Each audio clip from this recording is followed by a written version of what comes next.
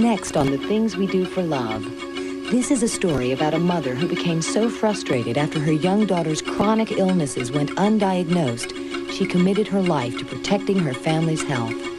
Inspired by her daughter's eventual cure, Mary Ann Block went on to become a doctor herself. Through that scary period and frustrating time, she decided that she didn't ever want to go through that again. As fate would have it, she then needed her new medical skills to help her own mother's battle with cancer.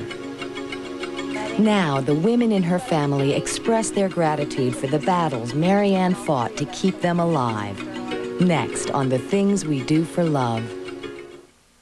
The things we do for love. Some people will go to the ends of the earth to show their love for others, regardless of the struggle, regardless of the cost. These are their stories, and this is their day. The things we do for love.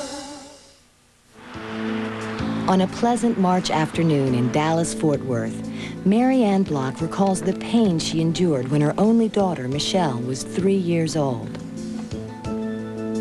Michelle suffered from a series of chronic bladder infections, and doctors seemed baffled.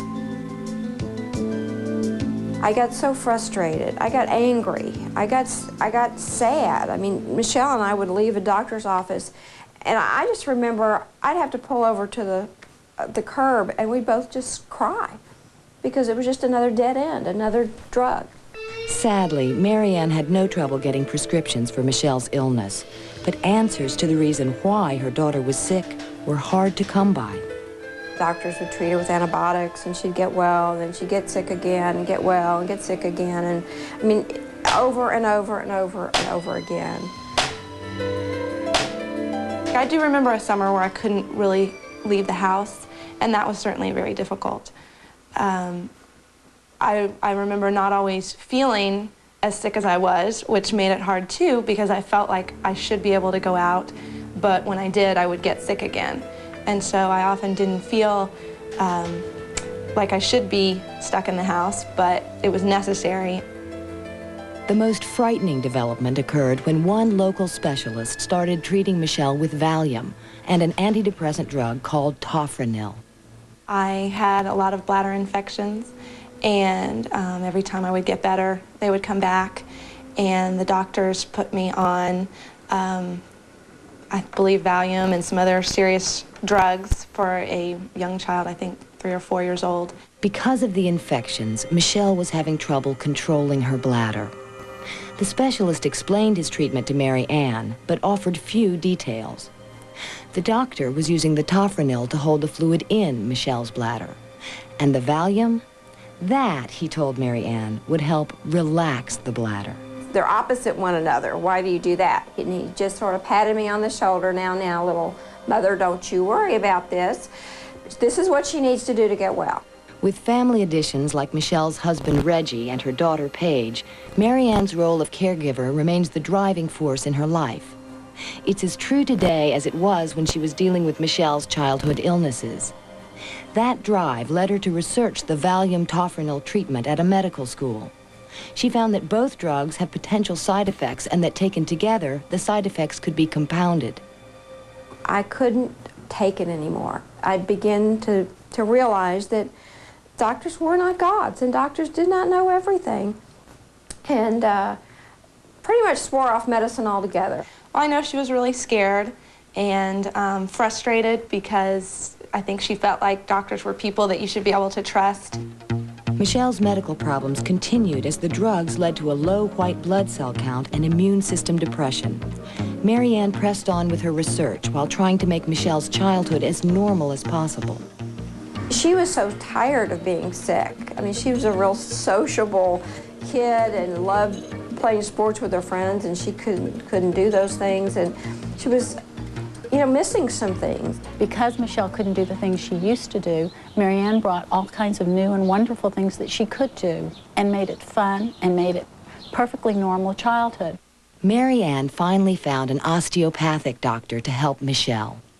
The doctor took a more holistic approach that depended less on quickly prescribed medication and more on treating the problem, not just the symptoms. It was like this whole new world opened up. I saw a practice of medicine that was different than what I'd seen. It wasn't just 5 minutes with the doctor and here's a prescription. He took the time, he did a thorough history, did a thorough physical. He went back in time to see, you know, what problems were there when this happened, what could have caused the problems. The experience was the turning point in Mary Ann Block's life. Under her new doctor's care, Michelle grew stronger and today is happily married and caring for her own daughter. Mary Ann also grew stronger in her resolve to prevent this from happening to her family again. If I'm going to be the kind of parent that my mom was for me and my grandmother was for her, if I'm going to be the kind of parent that I want to be for my children, I didn't see any choice. I had to go to medical school because otherwise it could happen again. So Mary Ann returned to school and 8 years later became a doctor of osteopathic medicine and, more importantly, the chief healthcare provider to her family. Every single day, I am so happy I'm a doctor. Sounds real good. I'm almost to your stomach. Special, you like to draw? You don't have to be super smart to get through medical school. You have to be super determined. And I was determined that nothing was going to get in my way of doing this. Mary Ann's determination to care for her family would be tested within the first 4 months of starting her practice. Tragedy was near. I just had a cough. I didn't think anything of it. My husband was going to the doctor. I said, make me an appointment. And they said, well, this cough is. And he looked at it and said, go down and have an x-ray. And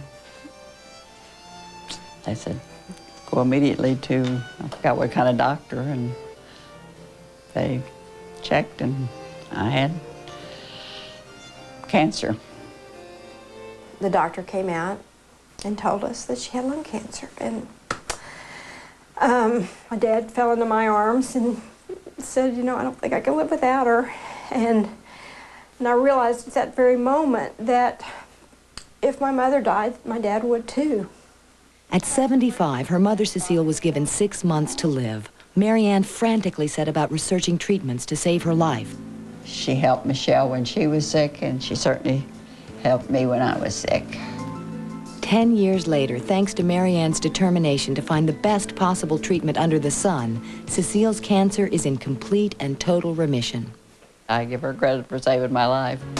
I think just the fact that she goes out of her way to do things for her family, and the family is the most important thing to her, makes her a really special mom, makes her the best. Coming up next on The Things We Do for Love, Michelle and her grandmother plan a surprise that includes a touching tribute to the woman who most inspired Mary Ann. The things we do for love. The things we do for love. When Michelle Goldsmith was a child, Mary Ann fought hard to find the cure for Michelle's chronic medical problems. The battle led her to medical school, and today she practices as an osteopathic physician just outside Dallas-Fort Worth. I just want to thank her for everything she's done for our family. Michelle and her grandmother Cecile are secretly planning to honor Mary Ann with a digitally created photograph that includes images of 5 generations of family members. We've actually taken a photo of my mom, my grandmother, and me, and we are putting into the photo an older picture of my great-grandmother that was taken of her, and it's a picture that everybody in the family has a copy of. And we are also going to put into the photo a picture of my daughter, Paige. We're going to cook a special dinner, and my mom and grandmother and I are going to make some family recipes that have been passed down and sort of started in our family. Mary Ann's grandmother, Mimi, has always been the mentor and inspiration to Mary Ann. The inclusion of Mimi's picture is sure to touch her. My grandmother, I can hardly talk about her without tearing, as you can see, because she played a very important role in my life. Still does. Even though she's been gone for 25 years, you can, just thinking about her brings up so many emotions, so many wonderful emotions. Mimi died from lung cancer. When Mimi was around, I felt safe, and losing her was the hardest thing that I ever had happen to me. She was an integral part of her growing up, much like a parent would be, And I think that that probably led to more of a closeness than a lot of people have with their grandparents. Mimi was wonderfully nourishing to Marianne in ways that touched her where she needed it most. She would tell her how wonderful she was, how smart she was, how she could do anything. She fed her with, I think, a lot of the fuel that Marianne runs on even today. It's not a sadness. It's a happy cry, because it always makes me feel good to remember her. Throughout the years, Marianne has gone to great lengths to care for her family. Truly a reason to celebrate everything Dr. Mom has done for them. We're about to call Ron, the photographer, who is going to help me put together the photo of my grandmother, my mother, and myself, and put into it an old picture that we have of my great-grandmother and a photo that we have of my daughter, Paige.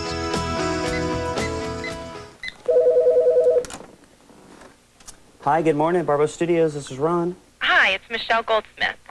I was calling to talk to you about the photo that I'm trying to put together for my mom for a surprise. You have 3 different images, if I get this right. You have one photograph of 3 people. One of one person and then one of a baby or a small child. We're going to marry those 3 images and create one perfect photograph for that gift portrait. So I would really love to come in and meet with you. 3 o'clock Saturday would be perfect. Thanks. Bye-bye. Ron said that he thinks that he can help me with the photo. We're going to get together and look at the pictures together, and I'm going to show him how I want them arranged, and he's going to help me get the picture made. Hi, you must be Michelle. Yes, Ron. Yes, I got the stuff on the internet and it looks great. Michelle, this is one of the images that you sent to me.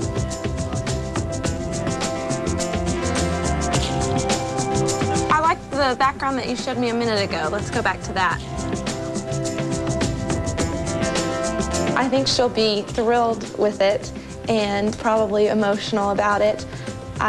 She is especially emotional, I guess, about her grandmother and about Paige, and so to have brought them into the picture, I think will thrill her. Coming up next on The Things We Do for Love, the surprise Dr. Block will never forget. Stay with us. The things we do for love.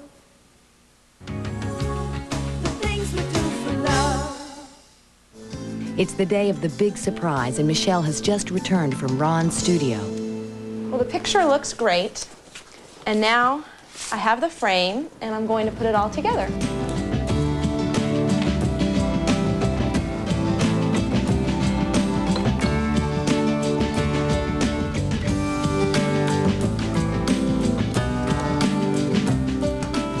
Perfect.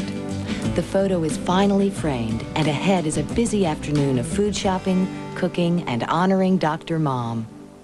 The richest gifts that Marianne receives are the ones that is about to be played out today. Jewelry, riches, all of the usual symbols, flowers, all of those things do not hold the same meaning for her as the family gathering and a wonderful memory made. Michelle joined Cecile and Marianne for a fun food shopping spree. That one looks best. That's the best, the biggest. We're going to make a chicken dish that my mom made for a special dinner that we had when my grandmother went into remission. And she calls it Chicken Cecile, which is my grandmother's name. I always have to look and see if they have my books in stock. There's the No More Ritalin book, and there's the No More Amoxicillin book. I like organic, everything that I can find. I prefer, that way I know I'm getting less chemicals, less hormones, less pesticides. We're going to make Mimi pancakes for dessert, which is a recipe that my great-grandmother started. They're basically a type of crepe, but we have always called them Mimi pancakes. It's something that we used to eat when we were children. She used to make for us, and my grandmother and mother have made them.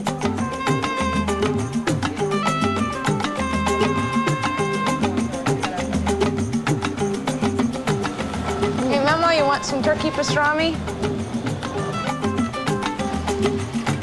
You think we have everything we need? It looks like it. We got the chicken, the broccoli, the mushrooms. Let's go home. Let's go cook. Looks like a lot of chicken. Well, I think it is a lot of chicken. Mary Ann has no idea that the dinner she is helping to prepare is an occasion to honor her. The unveiling of the surprise photo is only hours away. Mother spoiled us all, being such a good cook. And Mother and Daddy have been married for how many years now? 62 years. The time these women spend together is precious, a fact that is never far from Mary Ann's thoughts. For despite all her research on the subject, the details of Cecile's cure remain a medical mystery. We don't know what cured her. And some people, even her oncologist, her cancer doctor, they're just amazed. They're totally amazed that she's alive and well and without cancer. And one time, Mother said to someone, well, I don't have a role model for dying, so I'm not gonna die. And her cancer doctor said, you know, I think that's why she's alive. We made all kinds of things. We made our own pasta. I want to interfere, but turn that over. Go ahead. I mean, don't you take off that middle thing? Yeah, Oh. I haven't cut that one yet when I get to it. Cool. Right after Michelle had her baby, had Paige, she was sick, and I came over and cooked a bunch of food to put in her freezer so life would be a little simpler for her. And she was up all night and not getting any rest. Okay, now we need to mix the eggs. Yes, that's what it says.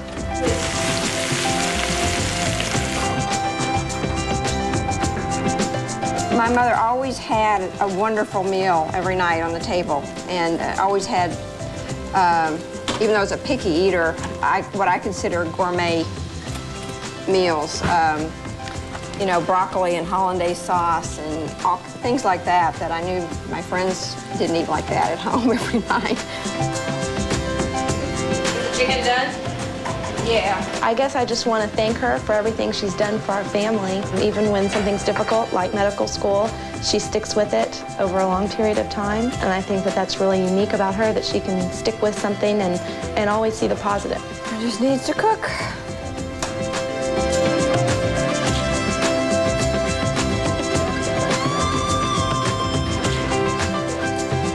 While Mary Ann puts the finishing touches on dinner, Michelle sneaks off to place the framed surprise.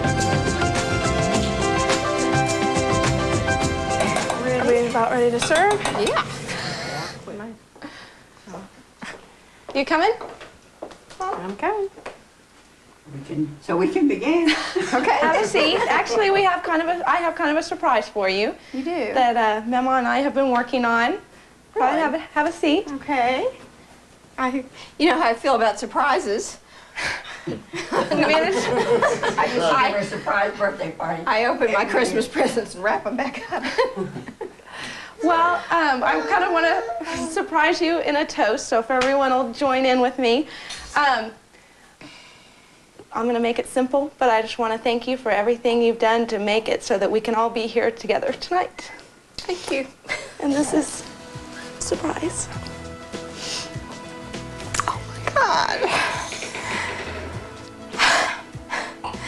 Did you do that? That's wonderful. We had a photographer help us, and Mama and I picked out the pictures. I can't believe that. That's amazing what they can Look do at that. nowadays. Beautiful. I have Paige sitting on Mimi's lap. I can't imagine anything better. Well, we did surprise her.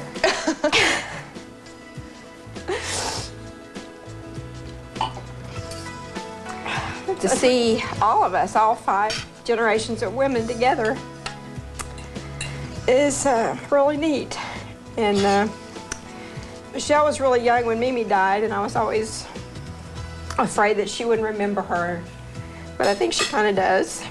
Well, I just appreciate it so much because I know that Michelle's plate is very full right now, that she works all day and comes home to a full-time baby. You know, Paige takes a lot of time, and her husband Reggie's real supportive, but it's just, she's really, really busy, and for her to take this whole weekend and do this just means so much to me. I really appreciate it. I love it. It's nothing I would like more. Well, thank you. Thank you. You know, that's how I think about Mimi, that she's here with us and holding Paige and all of us. So it's really neat. Thank you.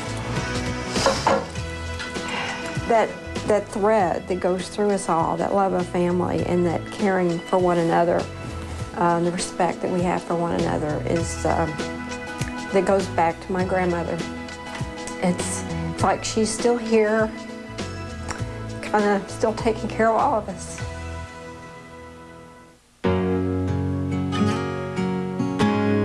The things we do for love.